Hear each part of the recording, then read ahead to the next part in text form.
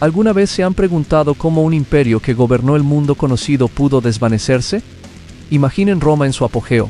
Calles de mármol, acueductos que desafiaban la física y una riqueza que parecía inagotable. Un faro de civilización, arte y poder. Desde las villas patricias con sus mosaicos vibrantes hasta el estruendo del Coliseo, Roma era el centro del universo, una promesa de eternidad tallada en piedra. Pero, ¿y si les dijera que las semillas de su destrucción no fueron plantadas por hordas bárbaras en sus fronteras, sino cultivadas en el corazón mismo de la opulencia? ¿Qué pasaría si el veneno que derribó a este gigante no se encontraba en la punta de una lanza enemiga, sino en el agua que bebían sus ciudadanos, en el pan con que se les apaciguaba y en el sistema que los sostenía? Este paraíso no fue conquistado, se consumió a sí mismo en una lenta combustión interna. La pregunta que resuena a través de los siglos no es quién destruyó Roma, sino qué secreto la deshizo desde adentro. Acompáñennos a desvelar la verdad oculta bajo las ruinas de su gloria. Foros de mármol que brillan bajo el sol mediterráneo, acueductos que se extienden como arterias de piedra llevando vida a una metrópolis de 1 millón de almas, y una riqueza que el mundo jamás había visto. Esto era Roma. No solo una ciudad, sino una idea, la promesa de que la civilización había alcanzado su cima. Sus mercados rebosaban de sedas de Oriente y especias de África. Sus villas estaban adornadas con mosaicos que contaban historias de dioses y héroes. Se sentía invencible, eterna. El narrador, con voz grave, pregunta: ¿cómo pudo este paraíso, construido durante siglos, desmoronarse hasta convertirse en polvo y leyenda? ¿Qué fuerza fue tan poderosa como para derribar a los amos del mundo? La respuesta es tan inquietante como simple. El enemigo no esperaba en las fronteras lejanas con escudos y lanzas. El enemigo ya estaba dentro, sentado en el Senado, cenando en sus lujosos triclinios y bebiendo de sus copas de plata. La podredumbre no llegó como una invasión, sino que creció silenciosamente desde el corazón mismo del imperio, como una enfermedad invisible que consumía su fuerza desde adentro. El mayor peligro para Roma era, simplemente, Roma misma. El poder absoluto no solo corrompe, sino que en Roma, a menudo enloquecía. La corona imperial se convirtió en un cáliz envenenado, pasado de un emperador a otro a través de la conspiración y el filo de la espada.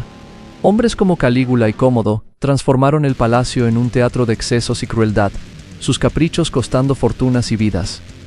La estabilidad se convirtió en un recuerdo lejano.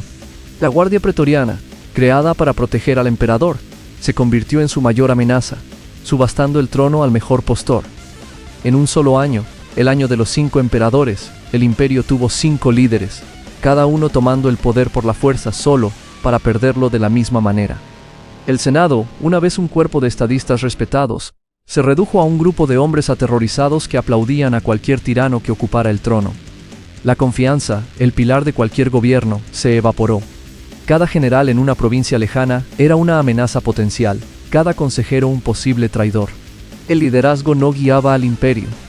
Lo desangraba con sus propias intrigas, debilitando la autoridad central hasta que se volvió irrelevante. Si la traición envenenaba la política, la crisis económica ahogaba la vida cotidiana del ciudadano común. El motor del imperio, su economía, comenzó a fallar. Para financiar guerras interminables y los lujos de la élite, los emperadores tomaron una decisión fatal: devaluar la moneda. El denario, una vez una moneda de plata pura, se fue mezclando cada vez más con metales baratos. Pronto, era poco más que una pieza de bronce con un ligero baño de plata. La gente perdió la fe en su propio dinero. La inflación se disparó a niveles catastróficos.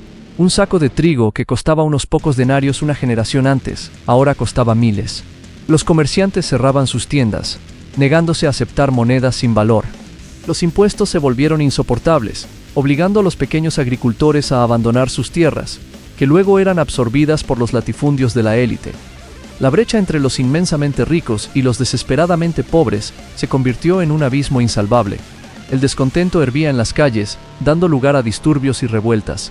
El imperio ya no podía permitirse ni pagar a sus soldados ni alimentar a su gente.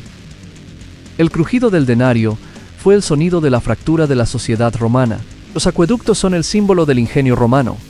Gigantescas estructuras que transportaban agua limpia a través de cientos de kilómetros. Pero esta maravilla de la ingeniería ocultaba un secreto insidioso. Para distribuir esa agua dentro de las ciudades, en las casas de los ricos, en las fuentes y en los baños imperiales, los romanos utilizaron una red masiva de tuberías de plomo. El plomo, un metal blando y fácil de moldear, se filtraba lentamente en el agua que bebían, en la que se bañaban y con la que cocinaban. No era un veneno rápido, sino una toxina lenta y acumulativa. Generación tras generación, especialmente entre la élite que disfrutaba de las comodidades del agua corriente, los efectos se hicieron notar.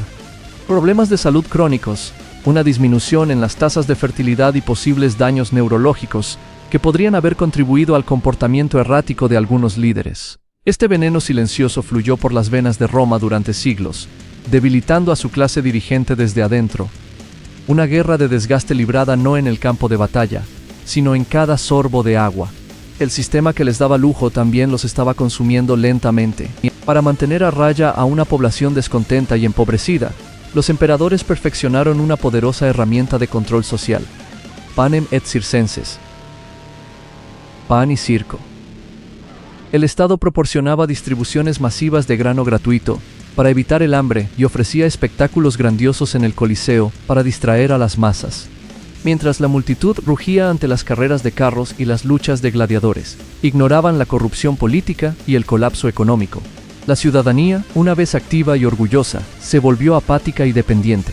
Al mismo tiempo, el ejército, la legendaria máquina de guerra de Roma, sufría una transformación fatal.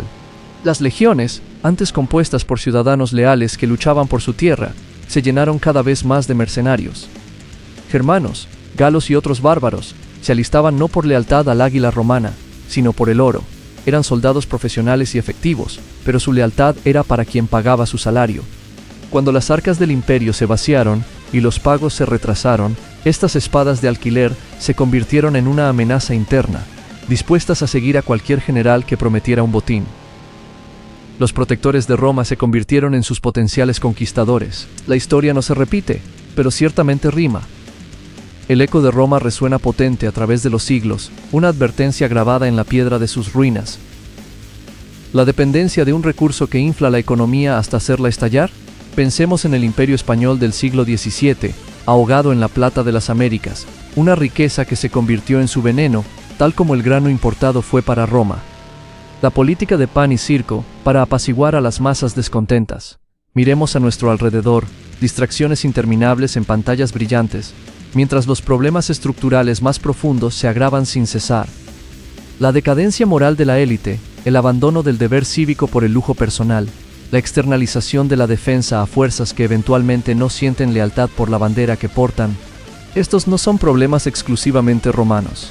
Son patrones peligrosamente humanos, ciclos de auge y complacencia que han derribado a más de un gigante a lo largo del tiempo. Desde los opulentos palacios de Versalles hasta los rascacielos de cristal de Wall Street, la arrogancia del poder y la ceguera ante la fragilidad interna son una melodía que la historia, tristemente, no se cansa de tocar.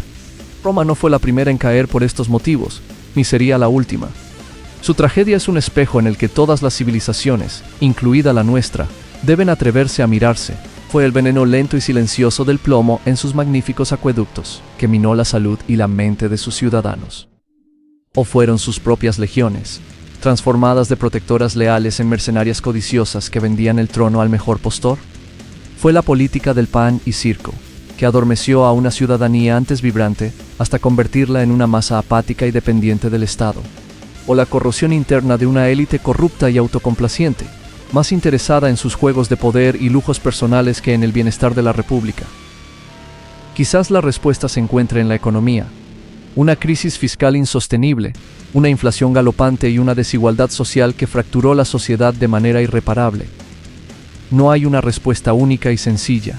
Roma no fue destruida por un solo golpe, sino que se deshizo lentamente bajo el peso acumulado de múltiples fallas, como una estructura monumental que finalmente cede por 1000 grietas invisibles. Las llamas que consumieron la ciudad en sus últimos días fueron solo la manifestación final de un fuego que llevaba siglos ardiendo por dentro. Ahora, la pregunta ya no es para los historiadores, sino para usted. Después de ver las pruebas, de escuchar los ecos, ¿qué cree usted que destruyó realmente al Imperio Romano? El veredicto final es suyo.